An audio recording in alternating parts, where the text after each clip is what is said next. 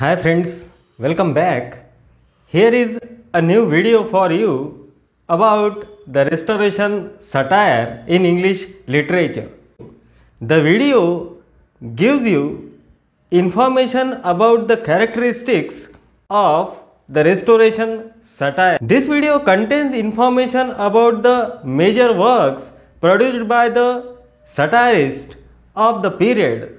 It gives you useful information about Samuel Butler's Hudibras, John Dryden's famous satirical poems.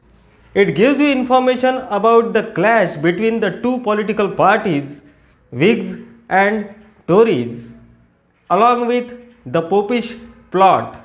I have already produced videos on Whigs and the Tories and the Popish plot.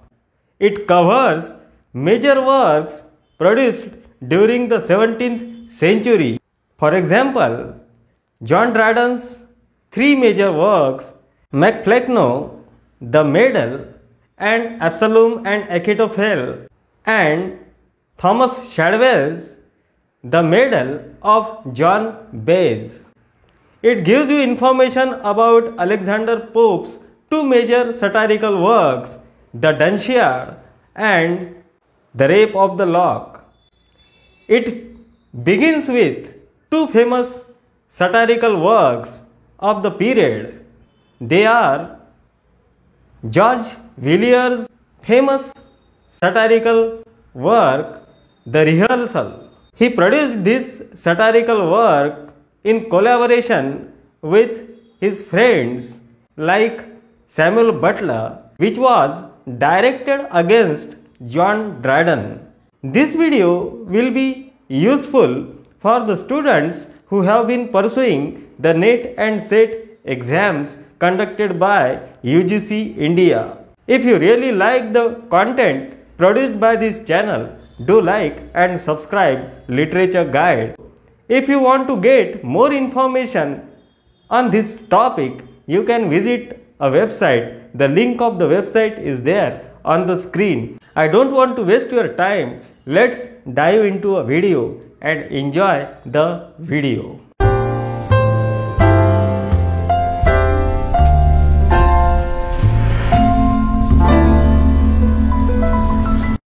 Restoration satire in English literature. The restoration of Charles II has brought about a cardinal change in English life and literature. In one respect, the new era has come to represent the opposite of whatever the Elizabethan age stood for. The patriotism gave way to sectarian strife. The emphasis on the passionate imagination was shifted to control and reason. The Restoration period in a way started to assess and evaluate the achievements of the previous generation. There is a sign of disillusionment in every field, and a new moral rhythm crept into the creative genius.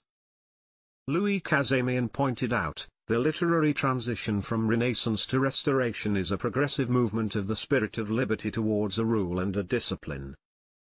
Classicism becomes the main axis to all individual minds. Reason, good sense, and practicality are the main motives. With Charles II, the royal court became a center of all the activities. All aspiring and ambitious men of letters crowded around the new monarch with flattery and eulogy. Pleasing the crown and obtaining his favor became the sole motto of all. The city of London became the main stage for the political and literary drama. This resulted in an aristocratic literature, ignoring the provincial England. The French influence was a natural consequence. In social fashions and literary forms, France became the chief source of the main inspiration. All these great influences make Restoration era an age of satire. The society was interested in worldly progress based on conventional values. The orthodox morality was neglected, and it was replaced by neoclassical interest in making new rules and regulations. Political strife makes literature a violent instrument, and party rivalry produced the best of the individuals. The two political parties, the Whigs and the Tories, engaged in a continuous war, and literature became their main instrument. As a result, satire had become the most powerful form. This new literary form actually flourished in the beginning of prose. Samuel Butler is the most important name, and his Hudibras is the voice of a critic. It is severe criticism of the Puritan regime. It was published between 1662 and 1680 and modelled on Cervantes' famous work Don Quixote. Samuel Butler's Hudibras was a bitter attack on Puritanism. The work was published in 3 parts. Butler's Hudibras is pregnant with scholasticism and learning. The work contains moral and ironical reflections of the writer throughout the narrative. Hudibras is written in octosyllabic couplets. The poem is tinged with many aphorisms, puns and humor. Andrew Marvell and John Oldham indulged in political satire. In this way the Restoration period became an age of satire and satirical spirit. Andrew Marvell scoffed at the religious intolerance, scarcity of patriotism, the autocratic tendencies, and the vices of the new order in his satires. His satires are chiefly personal, which are imbued with bitterness and humor. Marvell's satires were directed against the Earl of Clarendon. In his satire, Last Instruction to a Painter, Marvell attacked financial corruption and sexual exploitation at the royal court and in Parliament. Marvell waged a war against arbitrary royal power in his works, Mr. Smirk, or The Divine is Made, and a short historical essay concerning general councils which appeared in 1676. His work An Account of the Growth of Popery and Arbitrary Government in England was published anonymously in 1677. John Oldham was a faithful imitator of Juvenal, who produced his satires against the Jesuits in 1681. The satire is the most forceful and richest of Oldham's poems.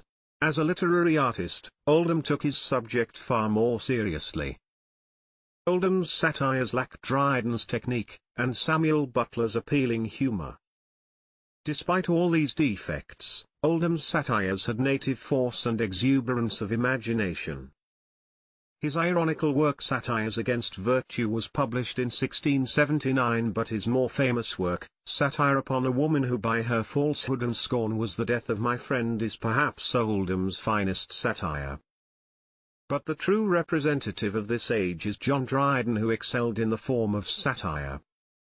Actually, John Dryden's genius is well expressed in lyrical poetry, but it is the forced circumstance that made him a poet of satire. Most of his satires were composed either due to his personal conviction or to please the Tory party. Dryden's satiric poem Macflecknoe, or a satire upon the true blue Protestant poet, T.S. was written to castigate Thomas Shadwell, the Whig poet. It was published in 1682. Dryden and Shadwell were friends for some time, but there was bitter quarrel and Dryden decided to caricature Shadwell. Dryden's Macflecknoe was the result of personal, professional and critical disagreements with Shadwell. In Macflecknoe, John Dryden has lampooned Thomas Shadwell's farcical work, The Virtuoso. It is important to note that John Dryden has satirized his own work Tyrannic Love in Macflecknoe. It clearly hints at his critical taste. John Dryden has also expressed his views on the 17th-century theatre in the poem. It is important to note that Dryden's Macflecknoe became an inspiration for Alexander Pope's famous mock-epic satire, The Dunciad, which was more venomous in tone than Dryden's Macflecknoe. Similarly, another poem, The Medal of John Dryden, was composed in the same satiric vein and was written for the cause of Tory party in 1682. In the Medal, John Dryden has criticised his best friend Shaftesbury, the Commons, and the City on the occasion of the acquittal of Shaftesbury of high treason in 1681. Dryden was the poet laureate, and whenever there was a political clash between the Whigs and the Tories, naturally he was expected to defend the Tories with all his might and skill. Dryden never failed to defend his Tory party. As a staunch supporter of Whig party, Thomas Shadwell brutally attacked John Dryden in his play, The Medal of John Bayes in 1682. Shadwell has lampooned John Dryden in the work. Shadwell's criticism aggravated the rivalry between the two poets. Dryden's poem Absalom and Achitophel was the outcome of the famous controversy of the Duke of Monmouth. In Absalom and Achitophel, Dryden follows the epic lines and he absolves the king from any blame. It was published in 1681, the second part of the work appeared in 1682. Dryden's Absalom and Achitophel was composed amidst the turbulent period following the Popish plot. In this political satire, John Dryden has defended the king's policy against the Earl of Shaftesbury. Dryden's Absalom and Achitophel became famous for its character studies of Shaftesbury, who appears under the name of Achitophel, and the Duke of Monmouth appears as Absalom.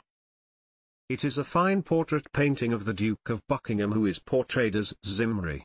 The public figures have been given biblical identities. Dryden has portrayed the other public figures like Charles II as David, Titus Oates as Cora, and Slingsby Bethel, Sheriff of London, as Shimei. It is important to note that John Dryden once again attacked Shadwell and portrayed him as Og in the second part of Absalom and Achitophel. Most of the second part of Absalom and Achitophel is written by Dryden's disciple Nahum Tate. Thomas Otway satirized the first Earl of Shaftesbury in the tragedy, Venice Preserved, or A Plot Discovered, in 1682. Otway has caricatured Earl of Shaftesbury as Senator Antonio in Venice Preserved.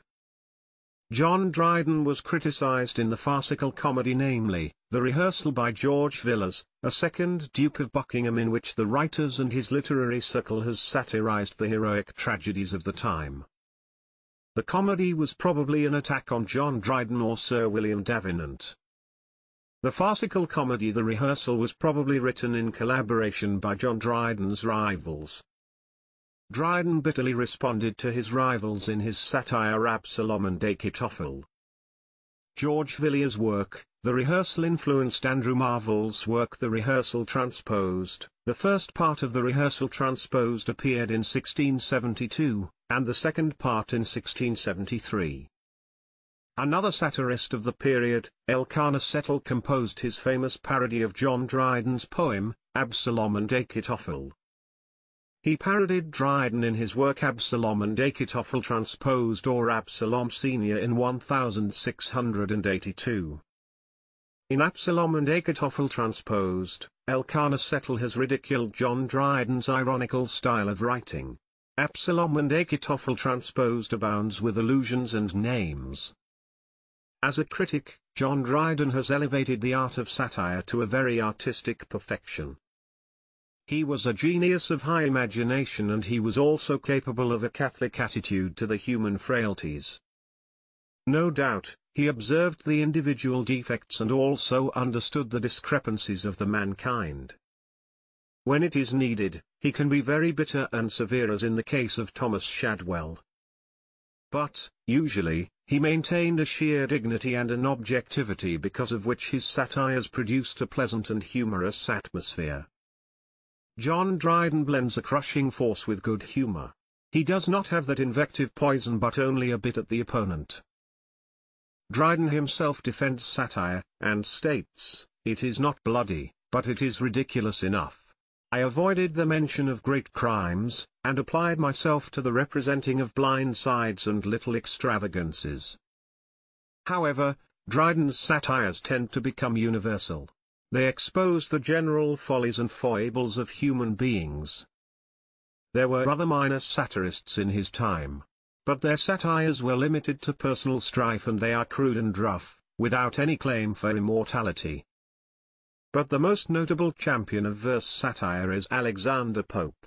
With Pope, the spirit of poetry reaches its climax. It becomes a concentrated instrument in exposing the evils of a society and its inhabitants. Though a student of Dryden and Pope lacked a healthy and tolerant attitude, the difference between Dryden and Pope is not only the difference in their periods but in their natures also. Pope suffered from ill health. As a Catholic he was isolated. He developed a kind of dislike for all lesser men. He had many personal quarrels. All these things provided ample opportunity to compose satires. His mock-epic satire, The Dunciad, has its roots in the workings of the Scriblerus Club. It was inspired by John Dryden's political satire, Mac Flecknoe. This was unprovoked criticism, and it shows how Pope's nature and temperament were towards intolerance and arrogance. In this respect, Pope is definitely not a comparison to Dryden. Pope lacked the warmth of human love and shade of tolerance. He always lived in the world of his personal egoism without any concern for the conditions of others. He also wrote satires based on personal quarrels. His epistles belong to that cadre. But the tone in these epistles is different from that of the Dunciad. In 3 letters, the portraits of many contemporary authors appear, for example, Joseph Addison. But Pope exerts a control on his invective because the subjects are very vast, but his observation is no less keen. His character of Atkins is a marvelous exposition of reality without sinking into personal levels. But Pope did not maintain this quality in some of his poems. But the satiric spirit of Pope rises to its artistic acme in his mock-epic poem, The Rape of the Lock. The whole English society, its manners, and fashions are painted with a precise brush. He was a keen observer, using his imagination to create a whole society and expose its silly pursuits. In this poem, Pope has nothing personal. This objectivity is the reason for the grand success of The Rape of the Lock. Here, Pope achieves the universality even for a particular context. However, the satiric temper of Pope is perfectly achieved due to his correct and classic style. A sincere student of classicism, who pursued correctness to its extremity, Pope polished and finished his satires. There is a classic grace, and an urbane perfection with everything he wrote. The satiric spirit, which had its remote origin in the puritanical anger in England, reached its highest watermark of glory in Alexander Pope. How is the video? I hope you liked the video. I have already produced many videos on English prose, poetry and drama. You can visit this channel and watch videos on various topics regarding English literature. If you really like the content produced by this channel, do like and subscribe Literature Guide. If you want to get more information on various topics of English literature, you can visit a website. The link of the website is there on the screen. I will meet you soon with a new and fresh topic on English literature. Meet you. Please subscribe Literature Guide.